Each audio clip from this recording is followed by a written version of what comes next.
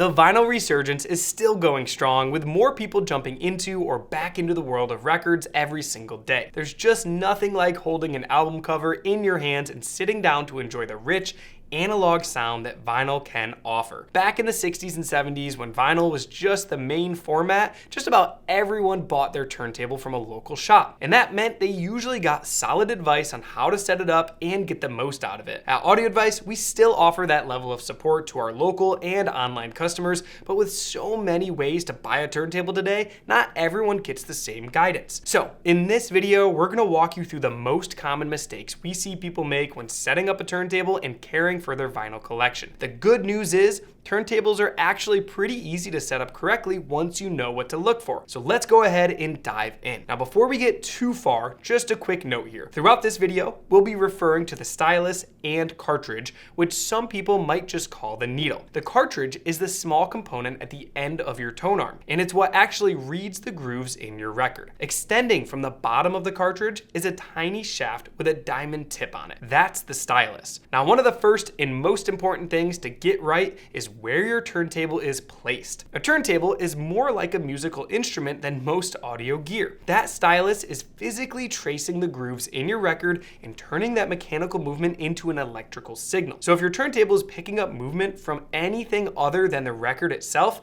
that's gonna cause you some issues. You may have heard a really unpleasant sound known as turntable feedback. This usually happens when a subwoofer or speakers are placed too close to the turntable itself. The stylus starts picking up the vibrations from the speakers, which get amplified and sent right back out, creating a feedback loop that just keeps getting worse and worse. The fix for this is pretty straightforward. First, move your turntable farther away from your speakers. Just a few feet of separation can actually make a pretty big difference here. If you don't have the space to separate them, you can try using an aftermarket isolation platform under your turntable or speaker isolation feet if they're sharing a surface. Now, another issue that can show up based on where your turntable is placed is electrical interference. Some phono cartridges are sensitive to electrical noise from nearby components or even power cords. If you're hearing a low, constant hum in your system, that's often the culprit. Now, if you're dealing with hum from electrical interference, a great way to track it down is to use a pair of headphones. Place the stylus on a record, but don't start the platter. Then turn up the volume and just listen. If you hear hum, try moving any nearby gear or cables around to see if it goes away. In general, you want to avoid running your AC power cords parallel to your audio cables. And vintage components can sometimes emit a magnetic field that causes hum, so experimenting with your layout can really go a long way. Now next, let's talk about something simple but super easy to overlook: making sure your turntable is level. This really does matter. If the turntable isn't sitting flat, the tone arm and stylus won't track properly in the grooves. The good news is this is an easy fix.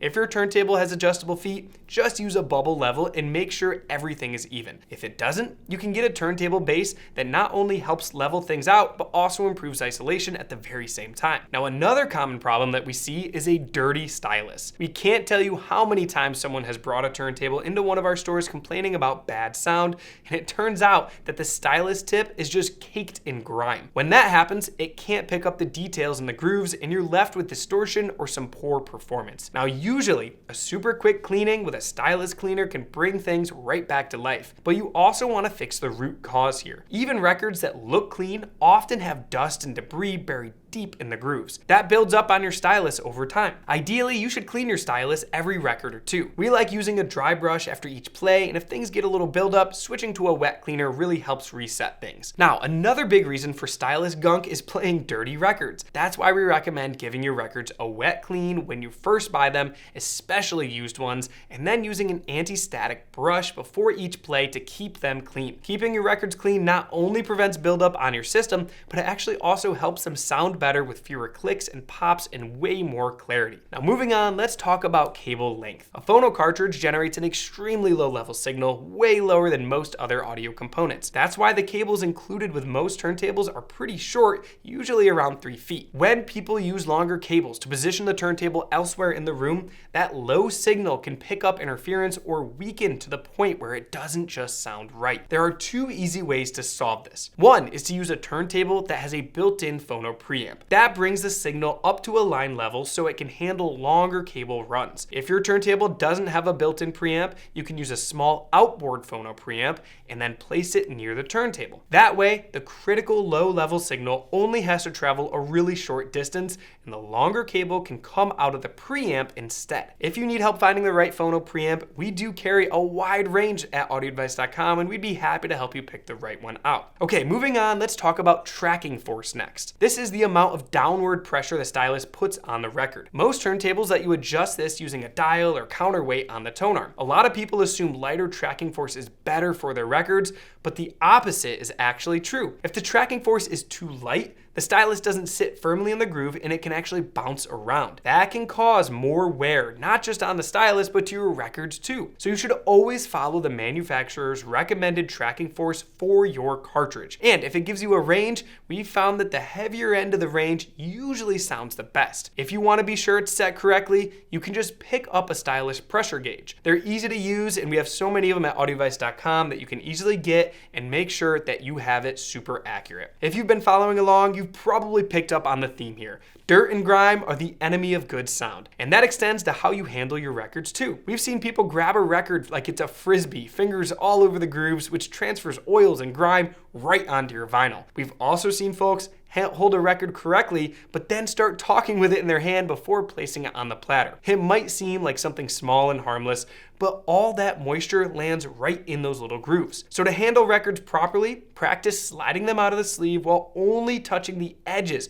or just the label. Hold one side with your thumb on the label and the other on the edge with your fingers, never touching the grooves. And if you're talking about the record, you should always try to do it before you take it out or after it's already on your turntable. Now at the end of a listening session, make sure every record, especially the one still on your turntable, goes right back into its sleeve. You'd be surprised how much dust a record can collect just sitting out overnight. Now, one last thing to keep in mind is stylus wear. The diamond tip on your stylus will gradually wear down over time. Most will last somewhere between 1,000 and 2,000 hours of playback. But to keep track of this, just do a rough count of how many records you actually play in a week. An average record played on both sides runs about 38 minutes. You can do the math from there to estimate when it's time to consider a replacement. Now, stylus protection is also important. The stylus sits on a tiny tube called the cantilever. While it's built to last, it can be damaged if bumped in the wrong direction. That's why we always recommend putting the stylus guard back on whenever you're cleaning around your gear or moving anything near the turntable. And when you're cleaning the stylus,